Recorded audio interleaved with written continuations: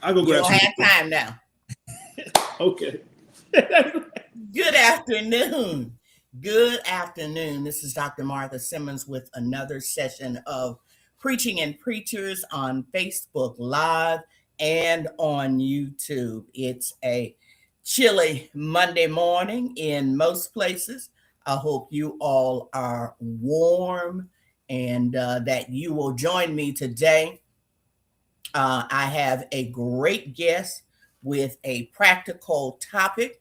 And so I hope you all are snuggled in and warm and you will join me. And when you come in, tag someone and let them know they can join the broadcast right now.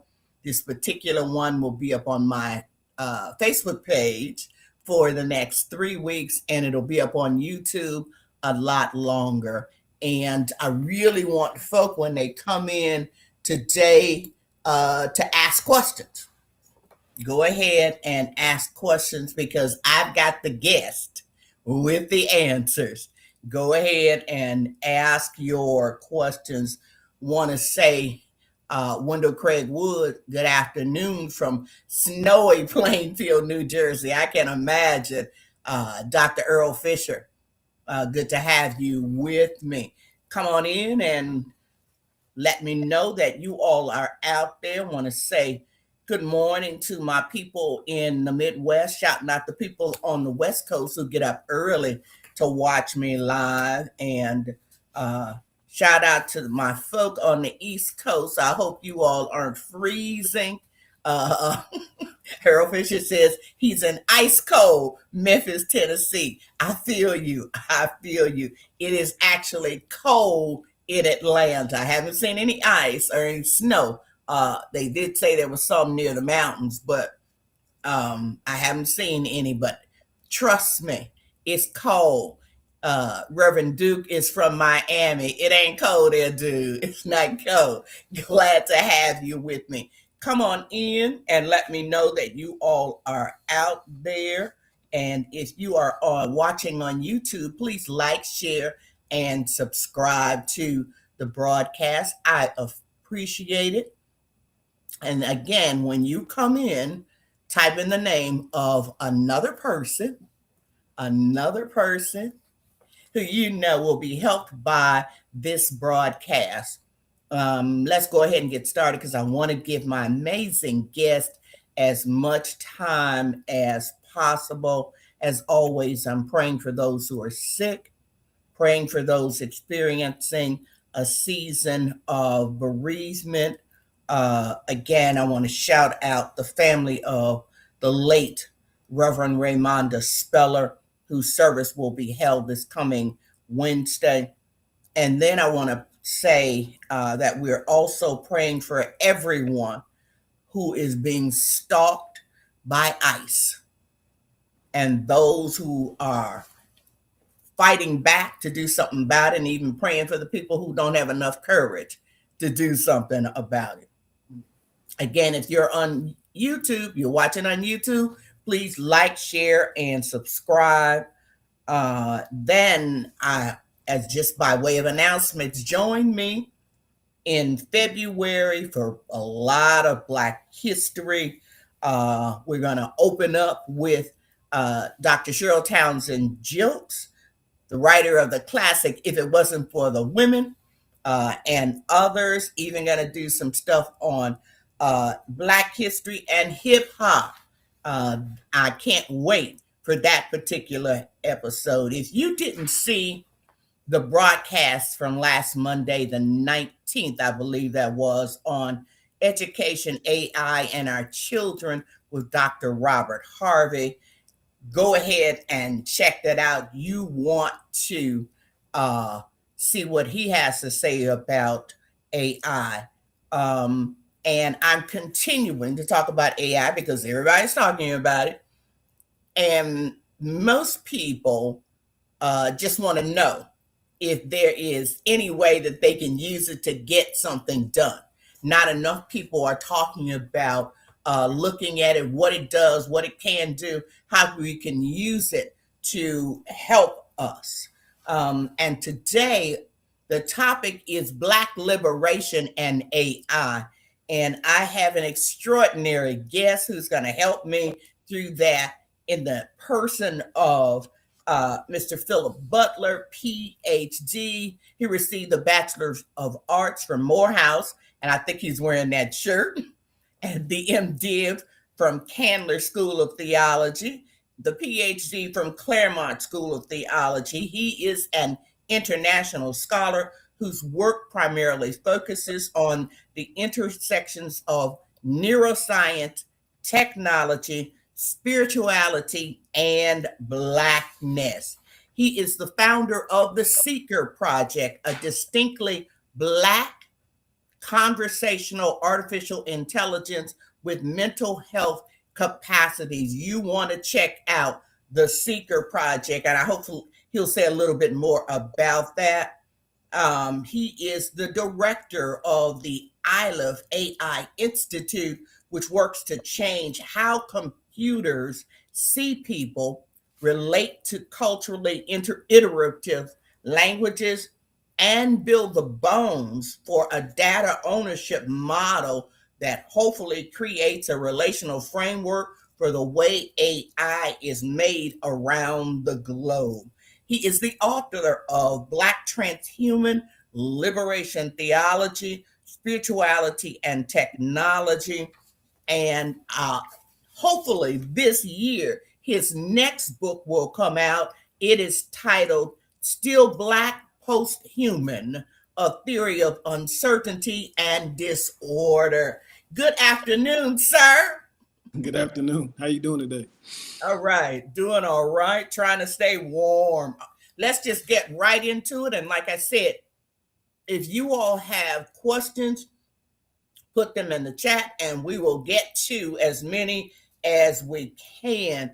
Dr. Butler, begin by telling my audience how you became interested in the work that you do now relative to technology and your focus on Black people and liberation. How did you get to that?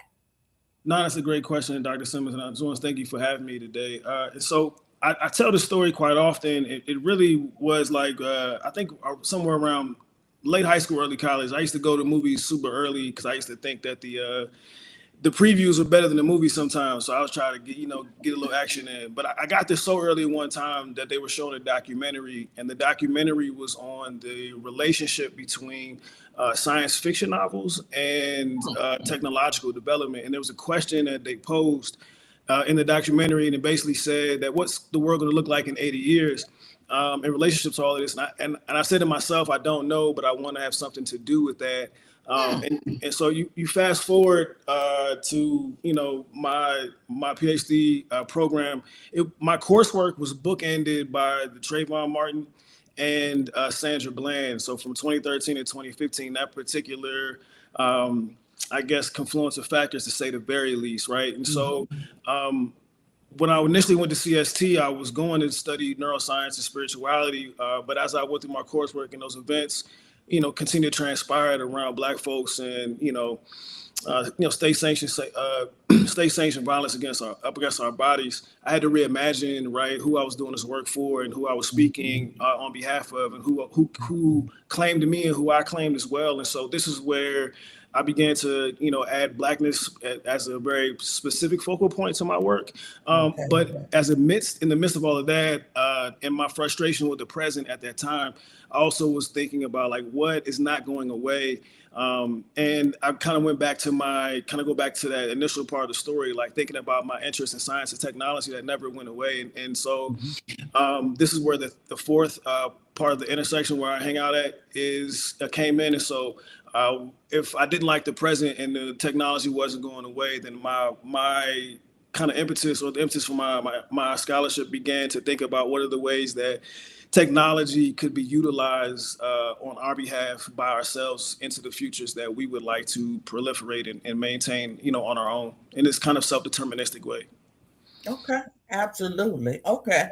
Now, it's a fact that AI, as it progresses, given who the leading proprietors of AI technology are, I believe people will be treated less humanely.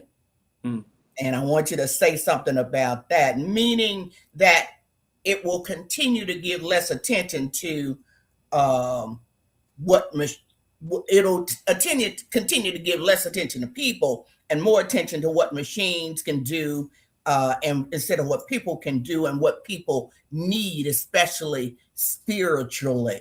Talk to me about your work, given that AI, or especially those proprietors that we have now, they're less concerned about the humane part of it. And so what do we do with that? What do we do? I think that's an excellent question. And I think I have to be honest with you and your viewers and to say, like, for me, I don't think that humans exist, right? I think that's part of the larger kind of technological apparatus that helps kind of keep people oppressed in certain ways. And I say that mainly because, like, in this larger fight for freedom that Black folks have demonstrated over and over again, just how fantastic we are. Mm-hmm. And our resilience can be attributed, right. This is what Black history is, right, versus American history, right, what folks did to us versus who we are. But I think this when I say when I say that humans don't exist, part of what I'm arguing is that humans are a particular space within a larger social political environment that are tethered, right, to their relationship to power and empire, right? Because we think, and I'm thinking about this specifically around what it means to be a citizen and what it means to have rights and what it means to be protected under specific laws, and the ways in which Black folks have been intentionally moved in and out of that category over and over again, right, depending upon the moment. And so, like, it becomes this thing whereby people are attempting to qualify themselves as being worthy. And I think within this larger kind of white supremacist capitalist society, right, you won't necessarily ever be worthy under it unless somebody else gives that to you. And so, to answer your question, right, I say that to preface, like, this is where I'm coming from. I think in this larger conversation around, like, being treated humanely, and also, like, what do we do? I think part of what we do is we get a bit more clearer about who we are. And what do I mean by that? I mean specifically about what it means, right, to be embedded within our spaces, and be the proprietors, right, of our own destinies. And so like, we're right now we're like in the midst of this fight, right, for this artificial intelligence infrastructure that is being promoted globally, right? Where you talk about the construction of data centers, the reopening of legacy fossil fuel places, right, that are predominantly in Black communities, Right. right, as well as, right, the reopening of nuclear power plants, right, for the energy that's required. And so we are kind of in this land grab battle right now over not just the rights to the AI future, right, but also, right, the power centers that are going to kind of run it. And so, what do we do? I think there are ways in which, right, you can combat the building of these data centers in your local communities. We've seen this happening in Memphis. We see this happening in PG County.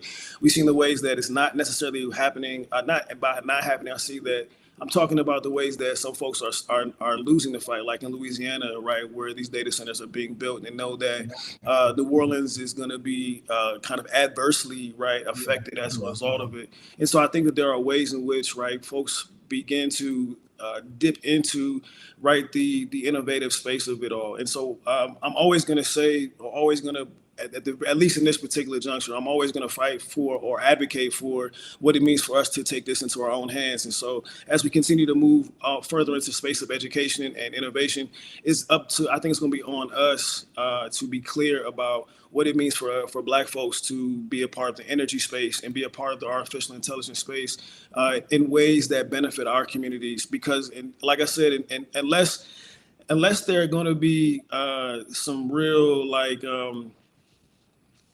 devastating hits to the formation of this stuff, it's not necessarily going anywhere. So the question becomes, where do you fit in, and how do you counter, right, the ways in which these larger kind of spaces are going to try to impose their will upon our communities in a broader sense. I hope this is making sense, Yeah, but I yeah. think if, to No, answer your no. question, I absolutely. We know that AI is already imposing its will. The data centers build out. I think they're already proliferating New Orleans.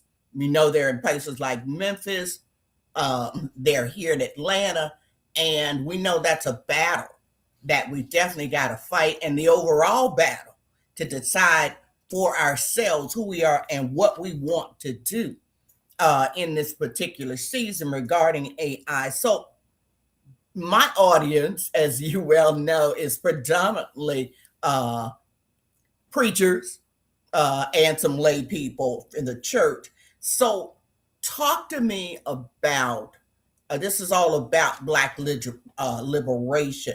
Talk to me about your sense of religion and spirit and AI, and can technology really become a liberating tool in transforming our reality? sure. So this was the driving question for my whole first text, right? What would happen when Black folks combine technology and spirituality for the materialization of liberating realities, right?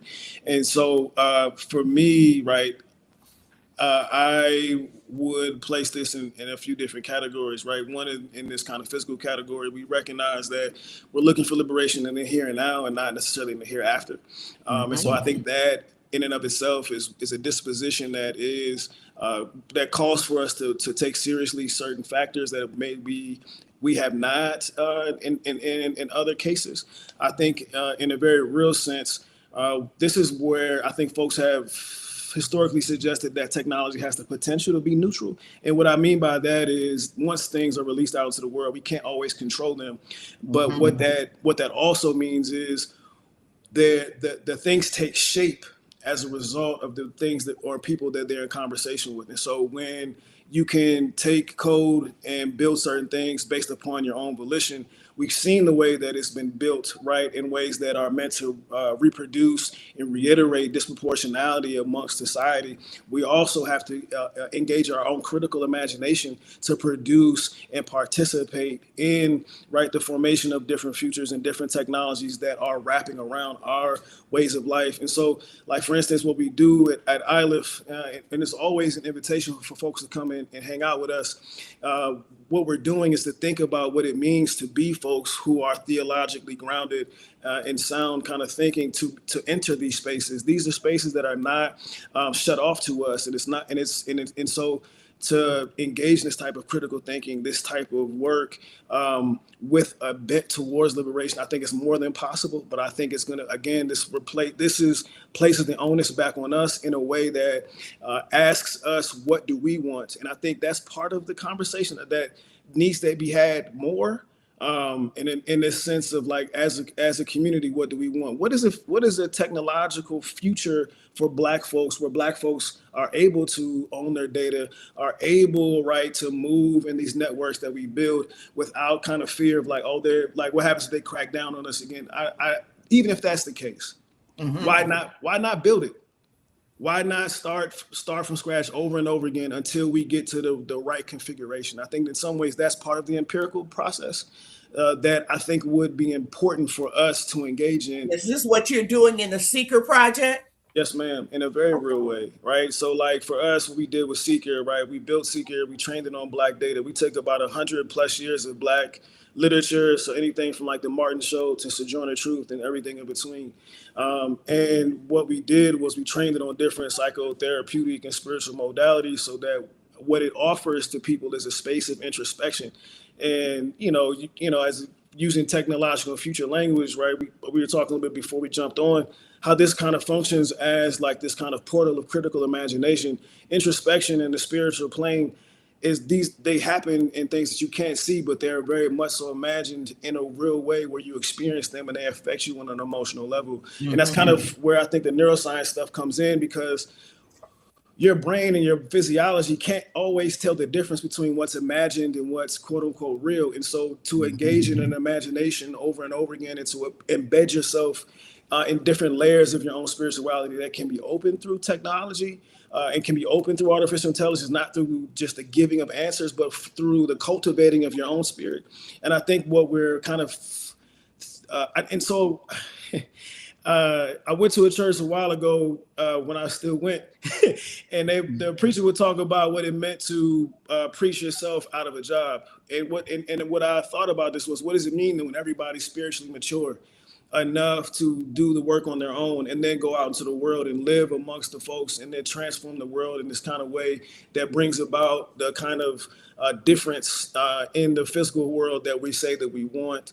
And I think that's part of what we're trying to do right through Seeker is give people the opportunity to take ownership of their spiritual development, of their psychological development, right, of their critical imagination, so that they can be ready and be aware and know themselves and know the environments that they're going into in a way that I think informs a type of liberated space to be from.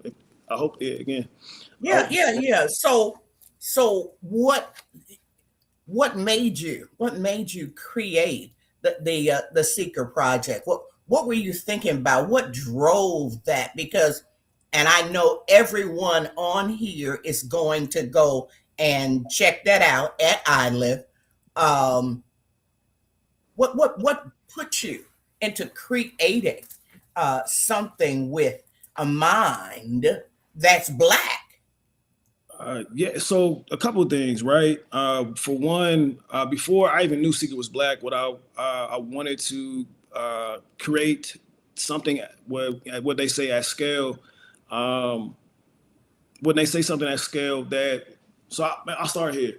In 2013, when I entered CST, I meditated for the first time in class. So you think about this Black dude, grew up right outside of DC, never meditated, grew up in the church. And my first meditation, I had to be in a PhD program for. And then I was introduced to things like internal family systems therapy and the neuroscience, the correlates, right, of different spiritual experiences, all of these things. And I'm like, this is impacting my life in a tremendous way, in ways that, as growing up in a two-parent house, I grew up in, like, you could argue, right, I had a very good upbringing. I think I had one, right? And I still didn't have access to this. And so the question becomes, like, how do I get this out to as many people as possible? You fast forward a couple of years after I was teaching at LMU, and I was talking with a buddy of mine at the gym, and I was saying, like, yo, this kind of sounds like me. He was like, maybe it's a Black AI. And at that moment, it kind of hit me. I was like, wait a minute. Because if all the other technologies reflect their makers in a way, right? What happens as I'm building this, right? And I'm trying to make it conversational, I'm trying to make it reflect a certain kind of framing, right? And culture or orientation and things of that sort.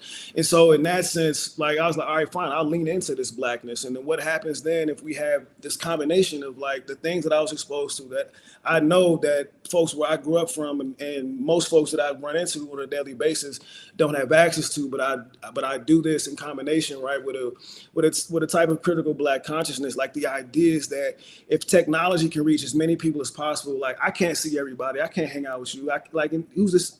But this thing here can reach as many people as decide to log in. And so in this sense, right, this is where I'm kind of like, hey, my hope is that we have this kind of widening of reach, while also I guess a raising of consciousness that would allow for, again, right, this opening of portals that would then usher in, right, these new realities that we say we want. Yeah, well, I am just excited that you have done this work and that this exists. Because what AI does now, and the purveyors of it, the creators of many spaces, they just send people to chatbots and other areas where people can just accept the answers that they're given. And the answers are typically white. I had a heck of an experience when I first tried out an AI chatbot of dropping in 3 sermons. Dropped in a sermon by Gardner Taylor, one by Jeremiah Wright, one by Prathia Hall. And then I turned around and asked, ask questions about the sermons. I wanted to know about their form. Were they too long? I wanted to know just a variety of things. And for 3 sermons, AI told me they're too long, they're divisive. Okay. Okay. Because if you say anything prophetic, AI will label that divisive. And then it got into just things that were not appropriate for a church, would not help people, were not help. I mean, and so that was my big lesson. Mm. That was my big lesson, and it just kept doing it. It kept doing it, and then people would tell me, "Well, you can train it to think like you."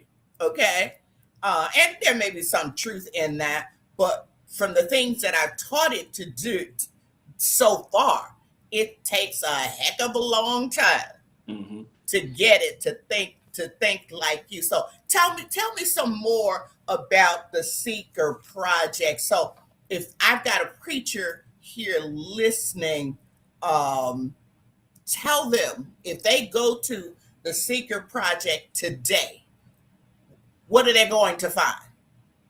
They're gonna find a conversation partner, right? And so, like, this isn't one where you'll be able to, like, at least not at this current stage. At this current stage, you're not gonna be able to drop in your sermon. You're not gonna be able to like Mm-hmm, say, "Hey, write this business plan for me." That's not what it's doing.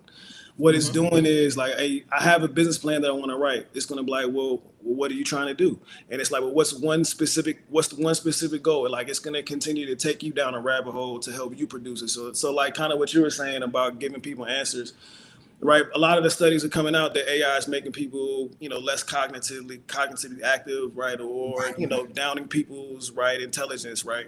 And so in this one, it's actively engaging, right? Your executive functioning sector, your imagination centers, right? It's doing the things that are what will cause you, right, to grow. And so if you want to do sermon prep with Seeker, it's going to provide you the questions that you would need to go deeper in your own like introspective preparation so that you I can like that. arrive right at the answer that's deeper in you, right? The sermon's coming from inside anyway, so it's going to Right. help you unearth, right, this treasure, right, if we want to talk, in that way.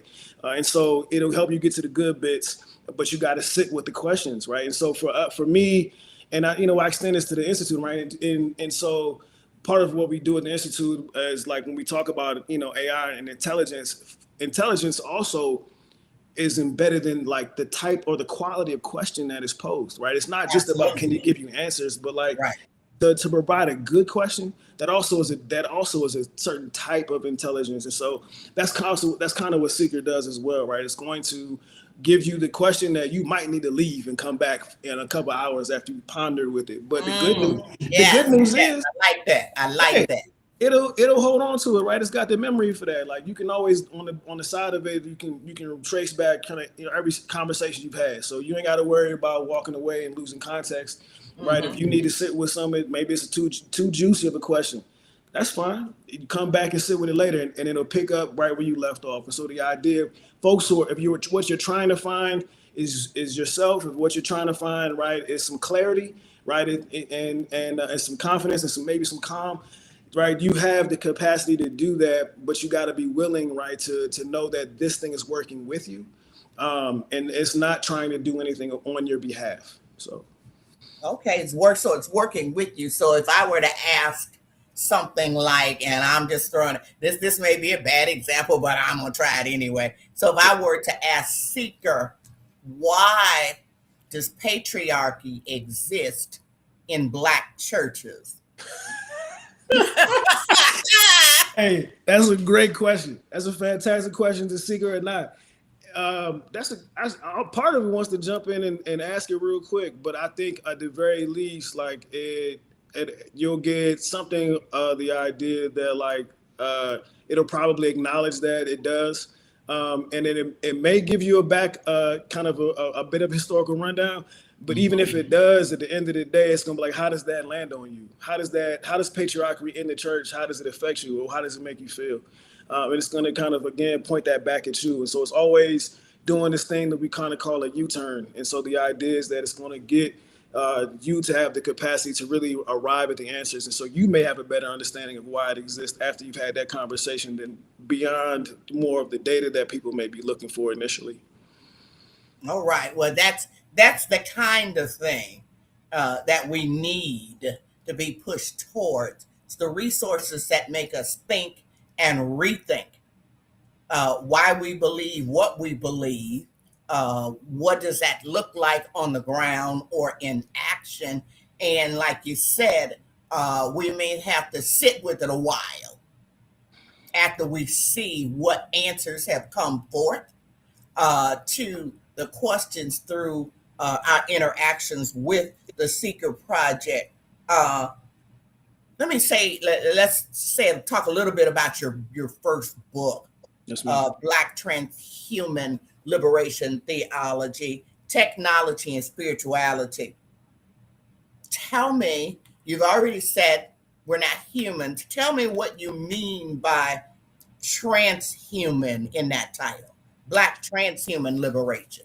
So yeah, no, that's another great question. So when I talk about transhumanism, right, we can go a lot of different ways in terms of philosophical, right, political, so on and so forth.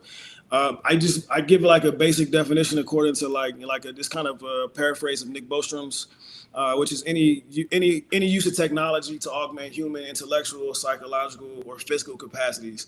And if you want to, use kind of like the Nietzschean approach, it's also spiritual, right? It's kind of Oberman. It's not just those three categories. It's also spiritual augmentation as well. And so like there's kind of, you have all of these transhumanisms, and then you got Black transhumanism. And so in that sense, it's also important to remember that transhumanism as it stands, or at least from a kind of Western Eurocentric approach, it is a technological kind of like apparatus or attachment onto like philosophical or Enlightenment humanism. So whatever hesitations or critical analysis you've applied to Western Enlightenment humanism, just know that that's the foundational and it's embedded within the transhumanist approach, regardless of whatever you go. And so when you move over to Black transhumanism, it's already a critique of that.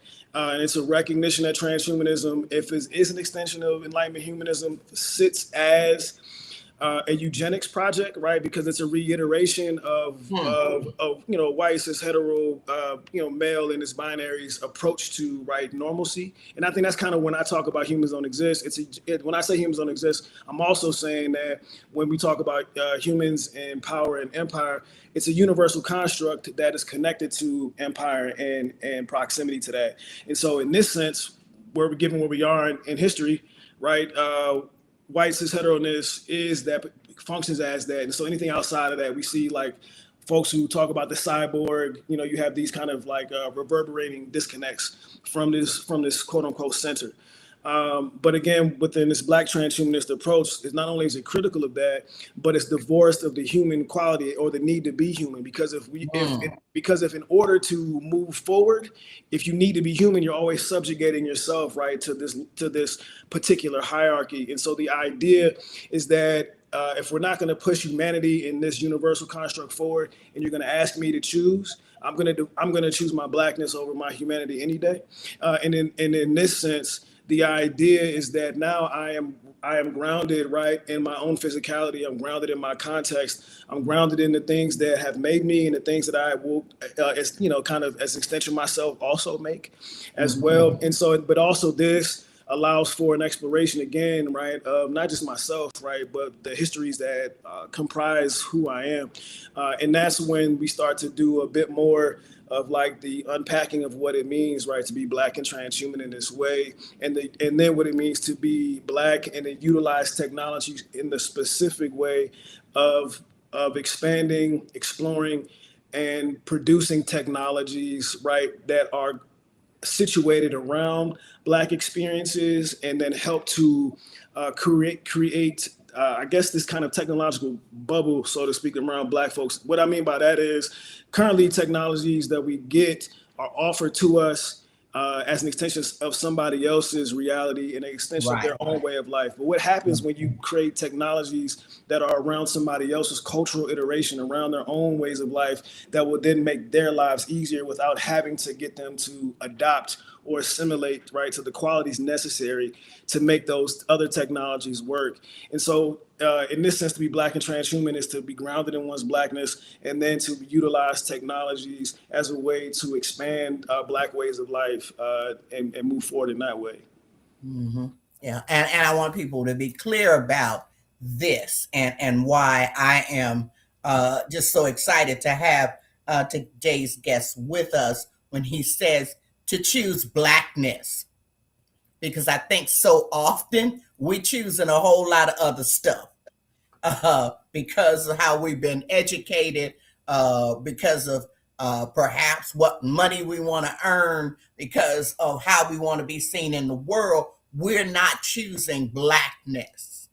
We're not choosing Blackness first. And so I think that's just so critically important. Tell me in your book, what are some of the, for lack of a better words, what are some of the tenets of the book? Tell me some more about the book. Sure.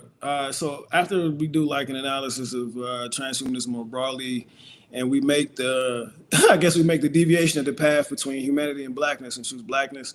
Part of what we do is explore then Black personhood, Black genetics, as well as Black bodies as a modes of technology, right? So we call it Black biotechnology because, for I guess if, in this sense, everything becomes a technology. It's part of the reason why I said humanity is in itself a type of technology, an extent of a cybernetic of sorts. And so in this sense, so once we go from here, we look at the different features, right, of Black bodies, and when we talk about this, we talk about it in terms of like the 10 biological systems. We talk about identity. We talk about gender. Any basically from a genetic perspective, anything that is capable of happening within a Black body, right? These things are already justified or already qualified. So it really is not a need, right, to say, oh, well, this person, is it okay for them to be this way? They've already, if they've been made, then they're good. And then from this sense, we look at this kind of like background of like of neuroscience and its own spiritual correlates, and then we start with like a very small catalog, right, of like the potential neural correlates of Black spiritual practices, right, anything from preaching to yoga, right, to dance to cooking, right, as a means of the ways of activating this, because part of what we're doing is trying to find some of the most biologically activating and biologically readily available practices or impacting practices, because our in a physical sense, our spiritualities have real impact, and the real impact is on our physical bodies.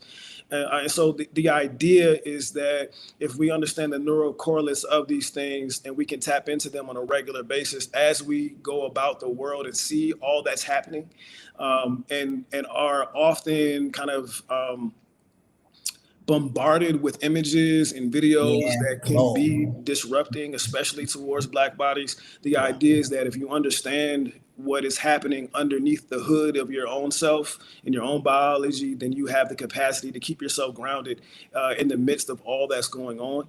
And so, in many ways, right, the part of the initial use of technology is for excavating and exploring yourself. And then the back end of it is the use is once you have a better understanding of yourself and your biological orientation and disposition towards things, you then have the capacity to build technologies that support that, so that you're not in a constant state of flux, right? I think Joy, sorry, and I think Barbara Holmes and Joy Unspeakable talks about this kind of crisis contemplation that happens as a result of like these negative experiences. And so the Right. idea is that Right. if you are prepared and prompted and have technologies that support your psychological and spiritual ecosystem, then you won't have to rely on a crisis contemplation. You'll already be in a contemplative state, kind of on a regular basis. And then from there, we talk about like histories of different technologies and then what the ways we can use. So like anywhere from like fMRI scans, right? This kind of to understand this biology, all the way to like you're looking at something basic like creatine, or to strengthen your body, or Neuralinks as a means to like embed different brain computer interfaces. And then the end of the book has this statement basically that said that God's not coming to help. And I say this mainly because if God was going to liberate in the physical realm the way that I think we've been taught, right, then we Mhm. probably would have seen it by now. And I think this Right. is where a lot of folks on social media or on the internet are like, they make these jokes about, how Jesus acted during slavery or things of that nature, because, we're still having to wrestle with these things. And so if God's not coming to help, then it's going to be on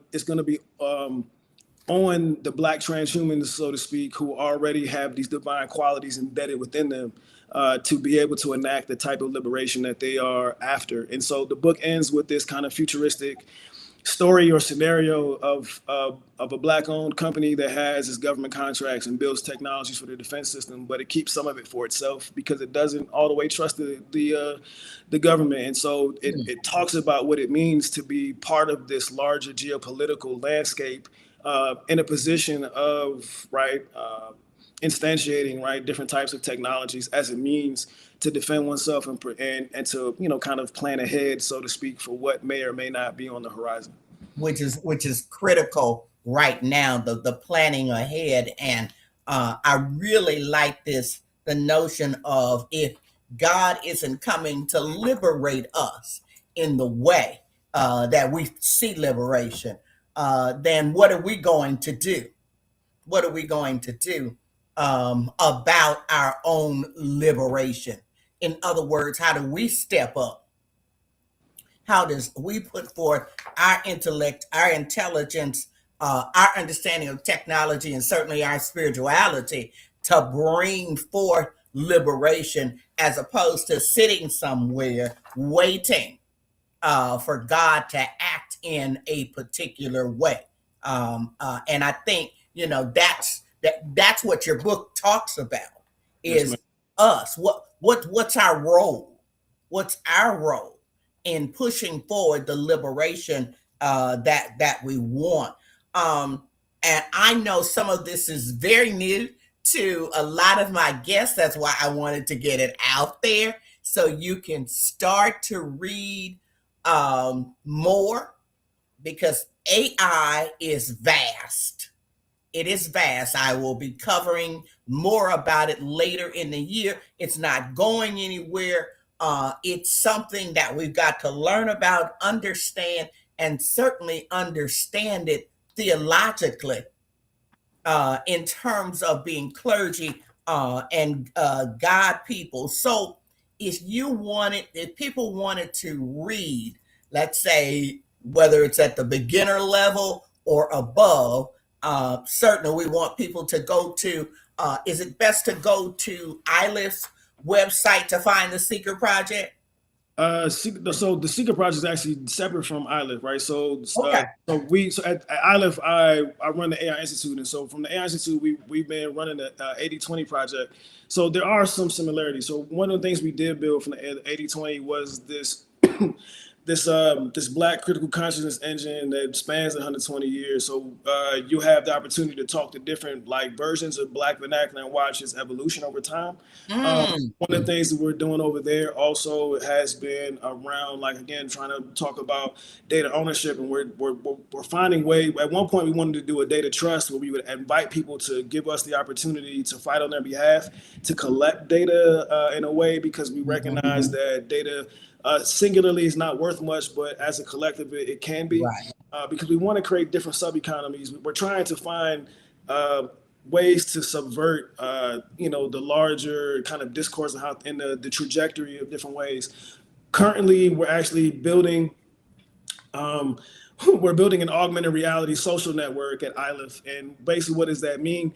We're going to use the meta glasses or whatever kind of augmented glasses to reorient the social environment, because some folks have different ways of engaging, right? Black folks, Asian folks, Latin folks, folks have different cultural understandings. And so the idea is that if you're a hugger, people will know. If people, if you like your distance, right, you got a big social bubble. And so the idea is trying to get people to renegotiate the social landscape for as a way to create better relationships interpersonally.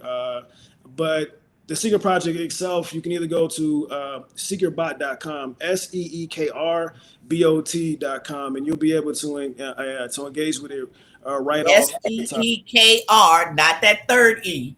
Um, SEEKR.bot.com. no, just seekerbot.com. No dot in between. Sorry. Okay, seekerbot.com. Yes. Seekerbot.com. Definitely want you all to check this out. Excuse me. And we'll be talking more about AI and what some of this means later in the year, because it's a lot. Yeah. It's definitely a lot, but it can liberate us. It can be liberating depending upon how we decide to use it and what we decide to do. So if people are saying, okay, I want to know more, I want my grandkids, I want the young people at my church, etc., to know more about this, tell me, what should they be reading or looking at online other than the 80/20 Project at iLift and the Seeker Project? What else should they be reading and looking at? I think that's an excellent question. I think at the very least, like if we're talking about like just basic elementary stuff, I think there are plenty of introductory videos that you can find. Like I recently started a Secret Tech News Minute. It's just 1 minute every day, Monday through Friday. You got 3 news stories of what's happening in the technology world. There are folks out there, like I think Justin Lester. He's the AI and theology pastor. He has videos out there that are working on. I think and so those are Justin Lester, for those who are pastors, etc. Yeah, he has some AI materials online for pastors. Okay, go ahead. Yeah, and then I mean, if we're talking about in terms of reading around like artificial intelligence, that so you got there's the AI Almanac, which is there's and then you have. I'm trying to think off the top of my head because I have been in this, so I don't know exactly where some of the the introductory things are. But if you want to go ahead and just just name some things. Then they don't have to all be introductory. Yeah, but if you want to look at my kind of the background of my stuff, because I started in 2018 with a contemplative AI judging, and so looking at looking at some of the underlying stress that go underneath the hood. Been talking about this for a while, and my other suggestion would be find an AI or technology newsletter. I think those are a good place to start, because at the very least, every day you'll get something fresh in terms of what's happening in the news. Right. That'll just keep you updated on like where's the latest data center being built, what companies are being traded, who are some of the major players. I think that's kind of like the first kind of entryway where I would send folks. Absolutely. There and you all be clear, there are hundreds of newsletters. Okay, there are hundreds of newsletters that you can go to, and a lot of these are being led by Black folk, and find all kinds of information. And then you can just take it from there, just so that you start to get the basics.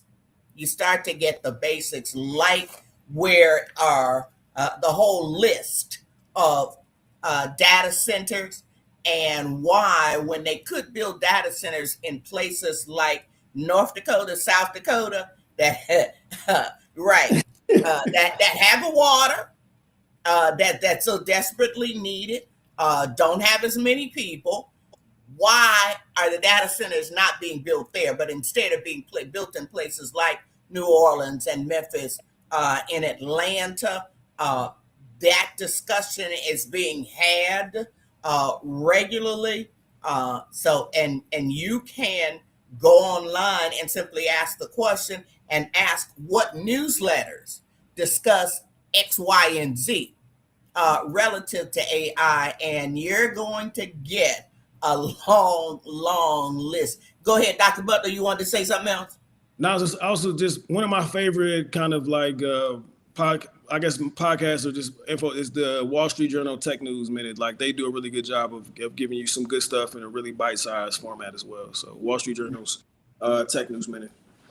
Okay, the Wall Street Journal uh, tech newsletter.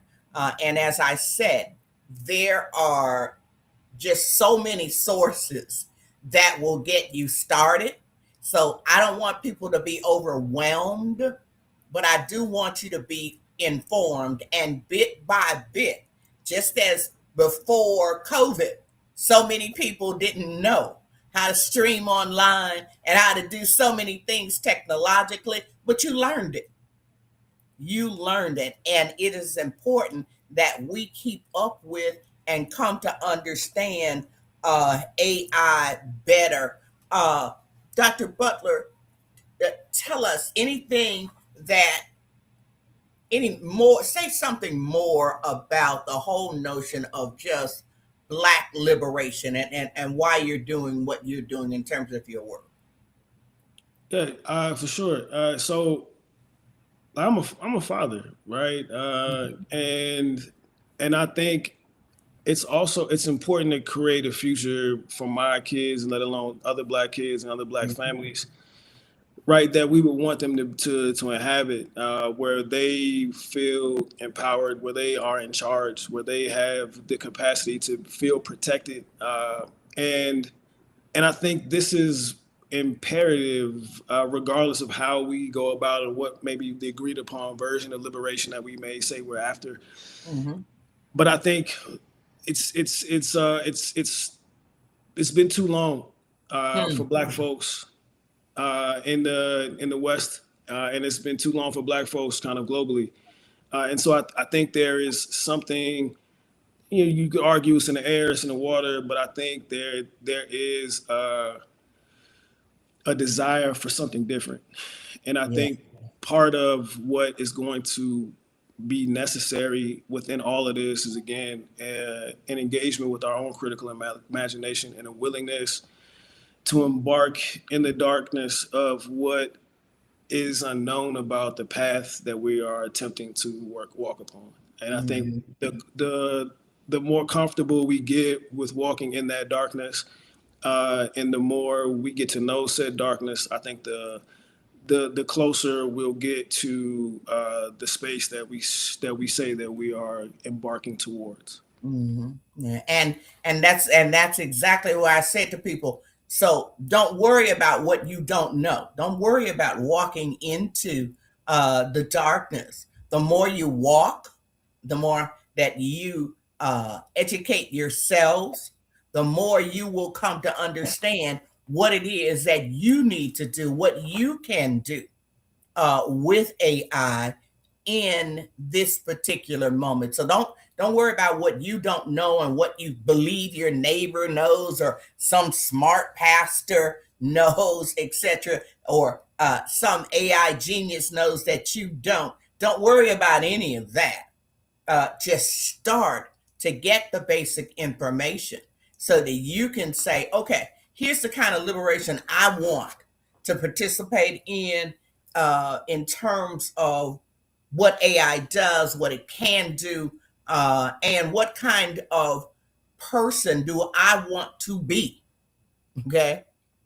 Because this is all about who we want to be and who we don't want to be.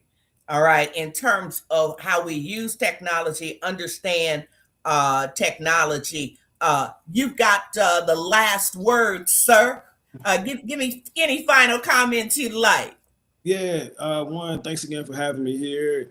Thanks everybody who's tuned in now or in the future watching this. And if I had to say anything else about the darkness and maybe leave folks with something kind of weird, in this next book, one of the things that I offer is that darkness is faster than light, and that in and of itself may have some liberative quality. Say that again. Darkness is what?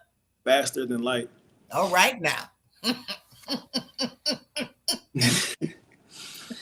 Yeah. And I really appreciate that because, we like to think about darkness as something negative, Yeah. etc., and being dark as negative, etc. I love that. Darkness is more vast than light. And go ahead, tell me. And you hopefully we're gonna see this book this year. Yes. Say it a little bit more.